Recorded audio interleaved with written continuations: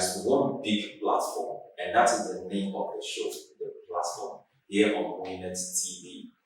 It's a sort of political atmosphere whereby political gladiators will be invited to the studio right here to give their own candid opinion about what is going on in the country, even beyond the national level to the international community as well. And I am Ayinla Abass, the legend. We've got a big guest on the show today, and for proper introduction, when we're back, we're going to do that. To enjoy our interesting programs, kindly subscribe to Moyinnet TV on YouTube, Facebook, and Instagram. We'll be right back after this announcement. You're welcome back to the show, the platform, a hot seat for our political analysts. And I've got no other one.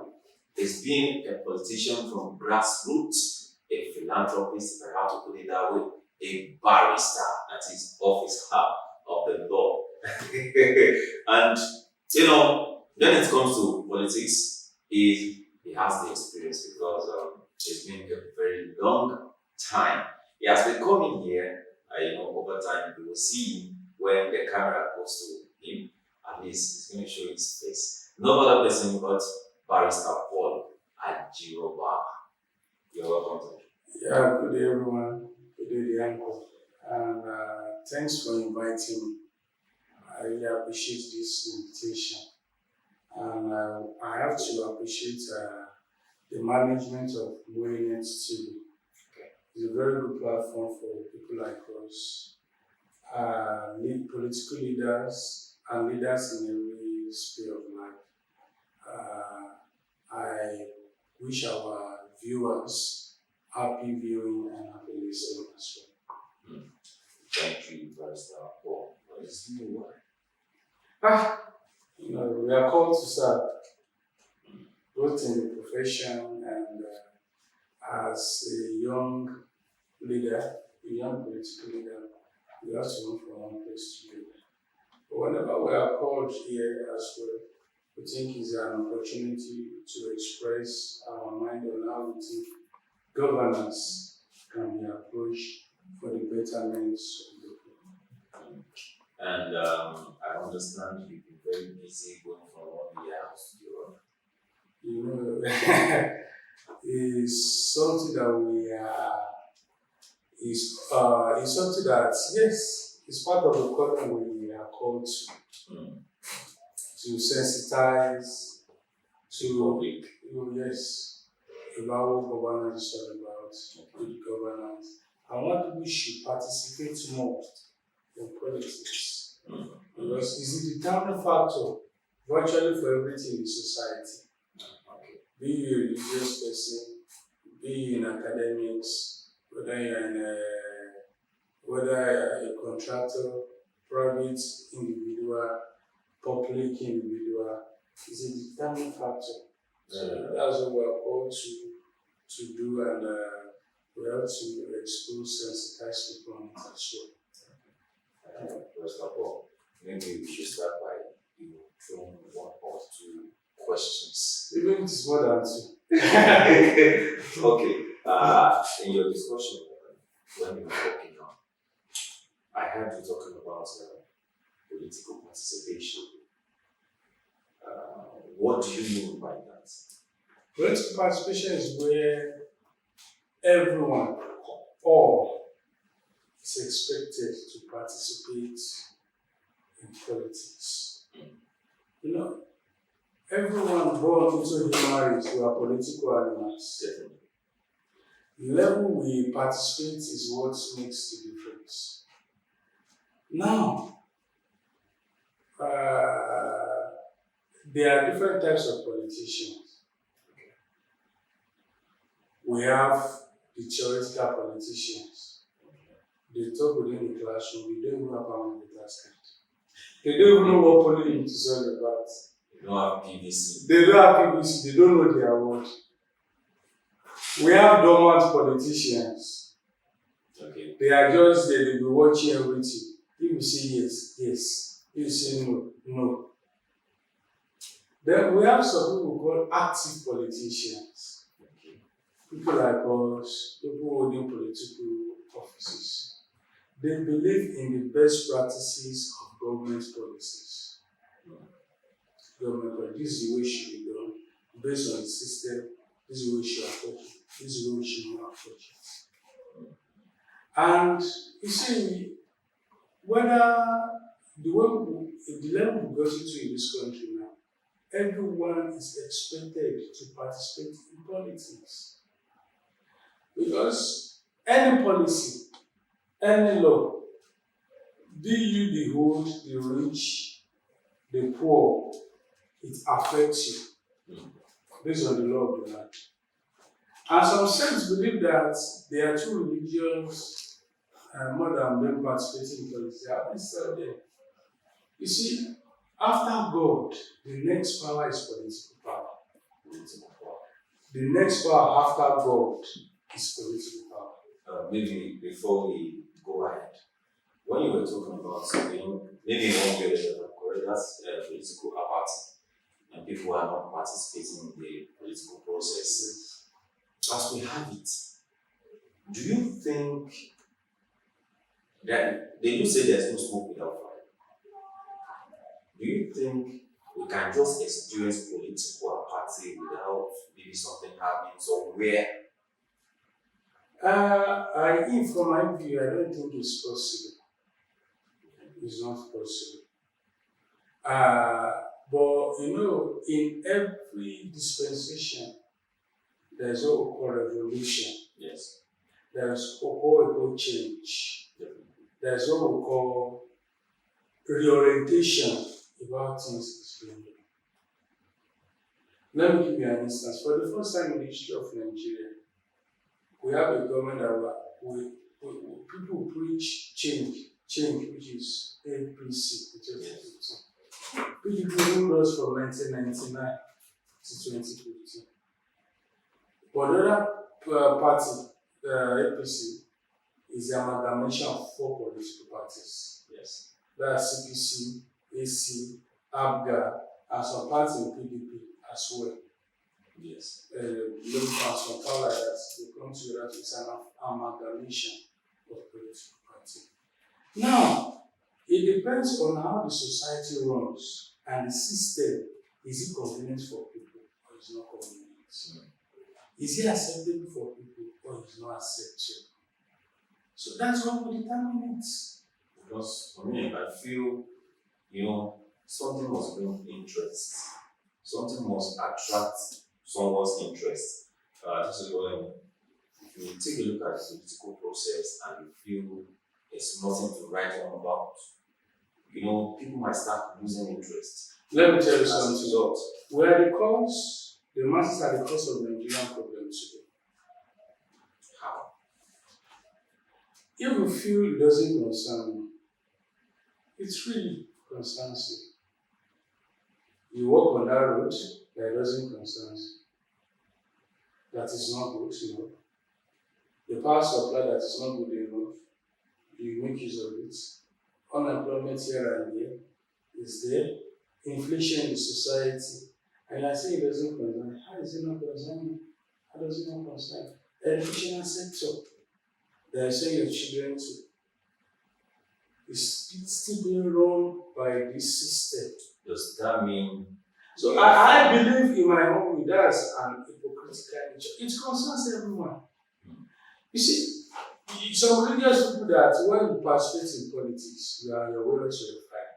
You are going to disagree because if the system you are running is not good enough, you may lose everything that you are thinking of. Does that mean we all form the government? Like everybody is part of the government? We have the passive aspect of it and not the active aspect of it. I'd like you to talk more on that, but let's go for a short break. So when we're back, you have been watching Barrister Paul on the hot seat right here on the platform. It's a political program. Hot seat right here, whereby we bring political gladiators to come and then, have their own views, opinion about societal issues. On Moyinnet TV, we to this time.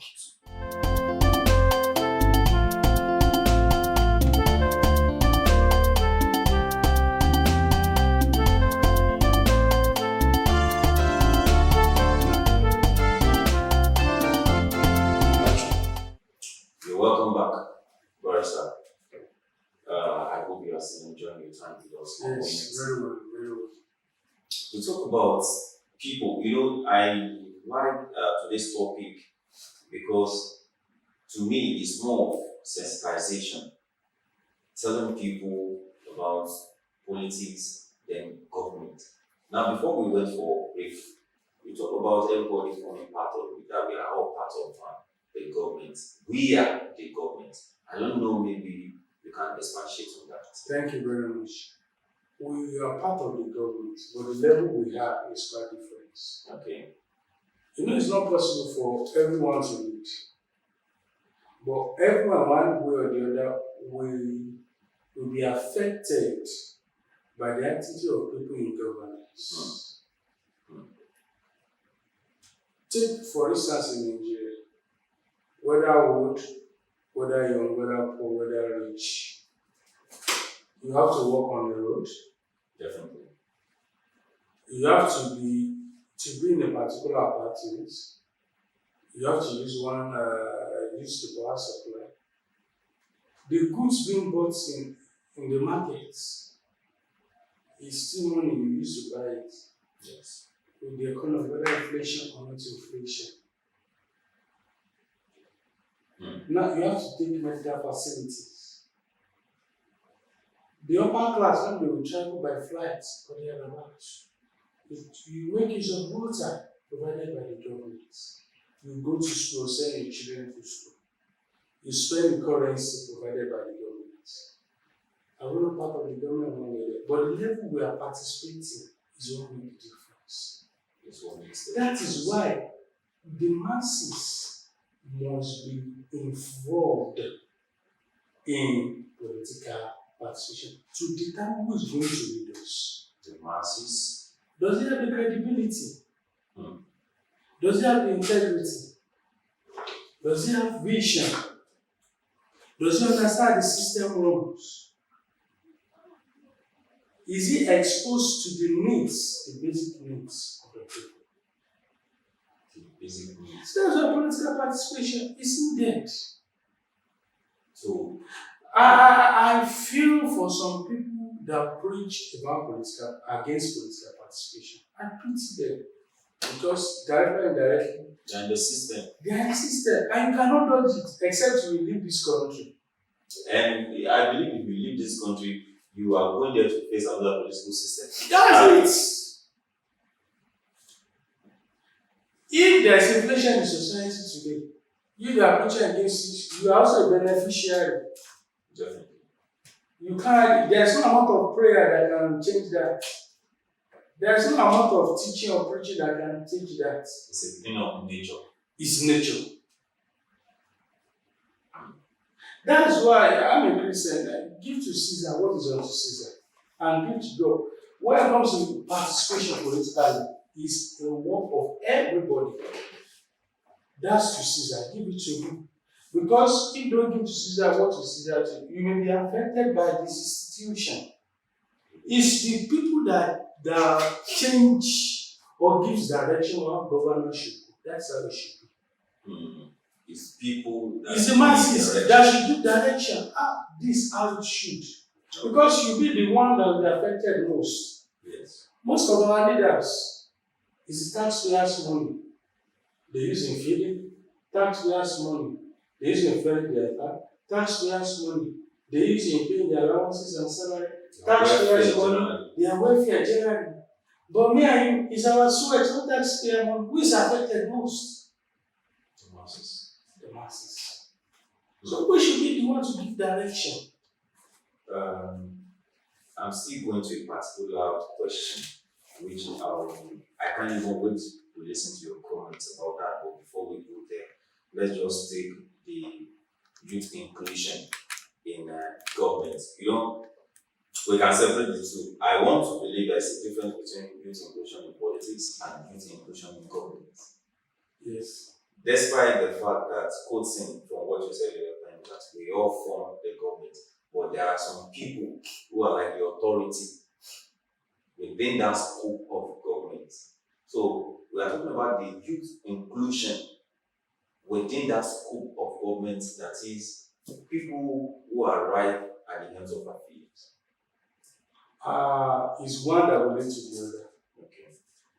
Is to a certain extent is impossible in practice. It's impossible for you to be in government without being in politics first. It may not really be possible. It's politics that will lead you to be in government. Practically speaking, whether elected, whether by appointment. Yeah. The truth is that I've advocated for a time Sudan. We need youth with ideas. Not just youth. Not just youth. Youth with ideas. That is underlined. So that should be cleared. Yes, youth, they should have the idea. The work you are doing, what are you doing for a living before? To the best of your knowledge, how have you performed in that area before you be empowered in government? Yeah, we need more youth. It pains me in our generation, 40, 45, 50, they will say this to lead. But Barrister, do you think the political system right here in Nigeria gives room for youth participation? It's not encouraging, but it's the youth that will dictate how it should go. And when I'm talking about youth, are youth that have something to offer. Okay. It's youth that will determine how it will go. It's you that will determine how it will go. You attain the age of 25, 30, 35, 40. What is your stake in the political process of the country?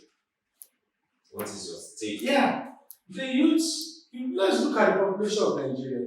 What's the population of Nigeria? The EndSARS is an eye-opener to our political process. It shows that if youth can have that kind of mobility during the EndSARS, yes, there is nothing that cannot change in this country. I'm not talking about youth politicians on Twitter or on Facebook. active ones. Active one on the field. If they can have that mobility and youth are insisting that no, this is what we want, this is what we want, this is what we want, we have the power to change the system. It's like But it is a process. It's a process. You must be in politics before the end. Are you trying to clear the difference between social media politics and the active politics? Yes, of course. Sometimes I've been watching opinion polls. I just look at people and I will laugh. They say somebody have 88%. Is it online you vote or you go to the field? The person on Twitter doing the opinion poll, he doesn't have permanent voters card. He doesn't even know his polling units. He only has data. He only has data and followers. We have to move beyond this level as young minds. We have to move beyond this level. That's why most of the elderly ones are not taking us serious. What we read on paper is not different sometimes what's on reality. So opinion poll, let's who is going to win the president of this country, the governor of this opinion poll, you just see the bar charts they call it. Yes, one, 89%, the other 60%. At the end of the day, in reality, it's 60% on opinion poll that is going to remind us in reality. You criticize on the media, you don't have permanent voters card, you are not a registered member of any political party, you don't even know your work, don't talk of polling units. How is it possible for you to be in government? It's a process. It's a process. Yes, it's a process. From politicking to governance. From politicking to governance. That is, you have to be involved first. Yes. Then you have an opinion. Yes. it's getting very interesting right here as we discuss, the difference between being in politics and being in government, being passive in government and being active in government or politics thereabout. Citing example of the NSAS, of course, he did say that look, during the time of NSAS, if Nigerian youth could come out en masse like that and we have large turnout, meaning with time, this large turnout of Nigerian youth could actually change the face of things, provided they have their own candid opinion about bringing together a better Nigeria. You have been watching the platform on Moyinnet TV. To enjoy more of our interesting programs, kindly subscribe to Moyinnet TV on YouTube, Instagram, Facebook, and Twitter. I'm Ayinla Kolwole, Abass, the legend. We'll be right back.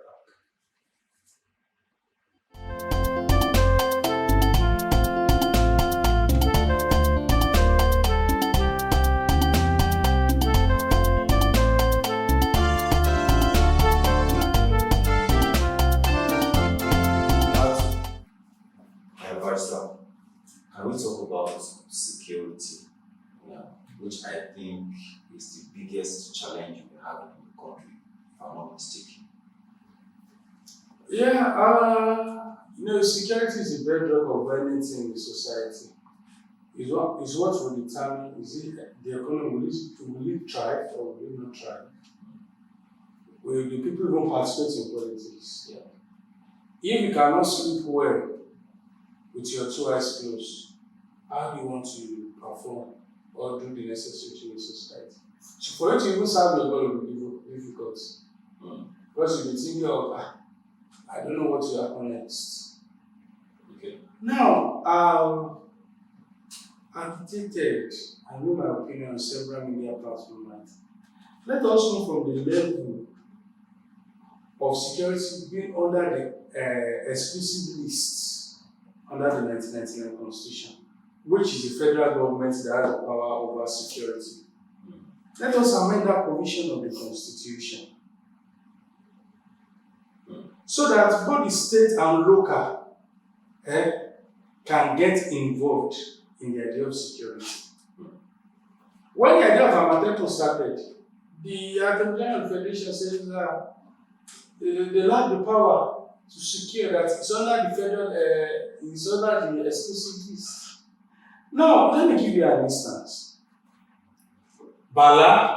Suleiman Bala from Kebbi State will come and be DPO in Umuara, where we have Ayodele, Ayomekun, Lara. Who is not familiar with the environment? Doesn't even know them by culture. By culture, he doesn't even know the roots.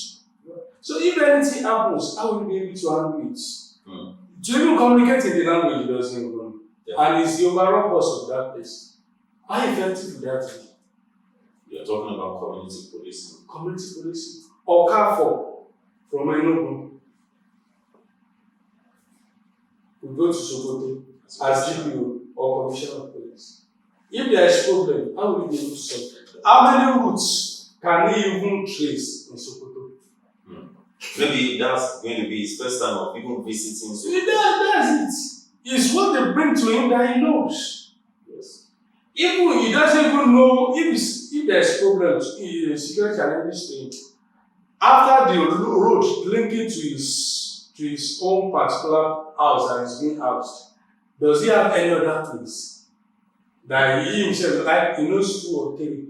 But if security is being localized, like my very seminar, I can say where I stay, I know not less than 5 routes that I can use to escape. But Okafor from Enugu, that is in Kwara, I saw the driver take him from the office back to his house. Where does he know again? It's whatever they bring to him. They have arrested 3 persons. They have arrested. And you have done this, so they have. So sorry to cut in. That is going to take us to the issue of Fulani herdsmen in Nigeria.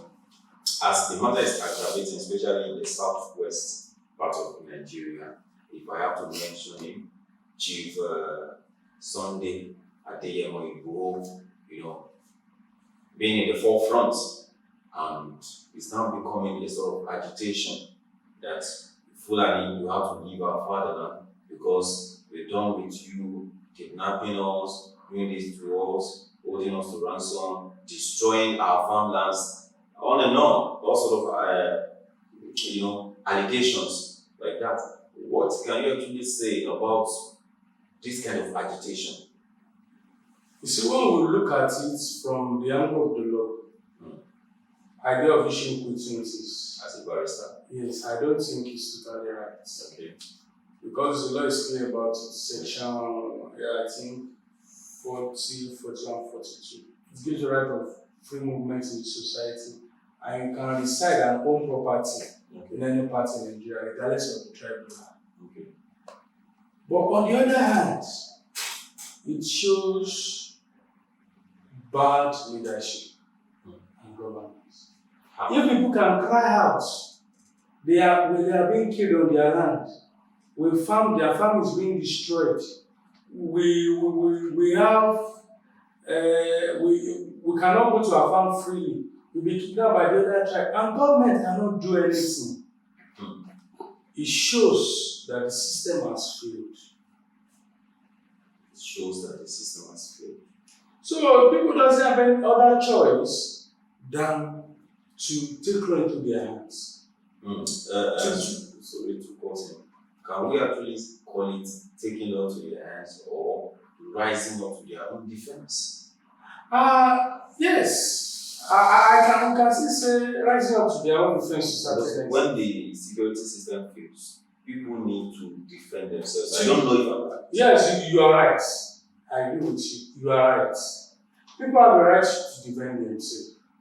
But where you got it wrong from our point of view is the idea of issuing quit notice. But for you to defend yourself, ordinarily, you are protected by law. It shows that the security system is faulty. God forbid the time you see until Mr. A is being macheted, Mr. B, everything goes wrong before the government will rise up. And I think there's been several references about those that were kidnapped and eventually, like Professor Aborode right there, or Kolwole, and a woman, I think, a oil mogul who owns several filling stations in that area. They attempted to kidnap her, according to the account of some people. And right there, the woman didn't want to give in, and she was killed. That's what I'm saying. It's lack of effectiveness. I've experienced some people have told me that if you go to the police station and just report, at the end of the day, you're not supposed to results. So it shows the system is faulty when it comes to security. Let's go back to the days of our forefathers, where security is being localized. There's no one that will enter a society as at that time, a community, that the members of the community will not scrutinize that person. Definitely. They will not know that person. Even in the neighborhood that you stay, how many people can say this is the next person living close to me? This is what he's doing. How many of us can see it in our current day generation? We don't even know our neighbors. We don't even know our neighbors. We don't even know what they are doing. Where they are, we don't even know. Okay. But still on the security matter. If we are saying some people are taking law into their hands, and that is fun, because that's the provision of the law. But there's an adage that says you have to throw stone according to how the bird flies. Alright? So, meaning maybe there are some drastic situations that deserve drastic measures. Maybe that's what happened in that respect. In the case of Sunday Igboho, yes. You see, in terms of the self-defense, Sunday Igboho, to the best of my understanding in terms of knowledge of the law, is right. The law permits it.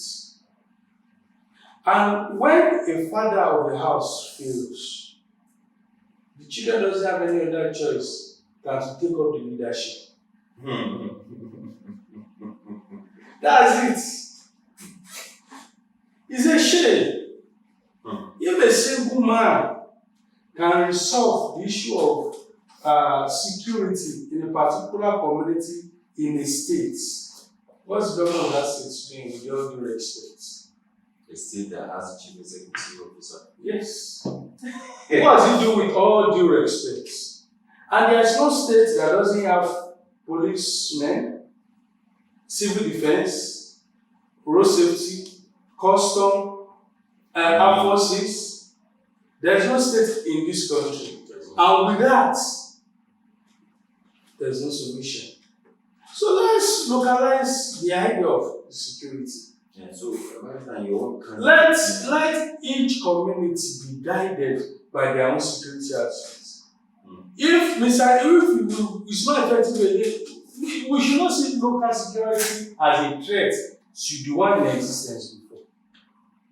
We have seen a situation with all due respect that a police officer is being kidnapped. This local vigilante are the one that rescued.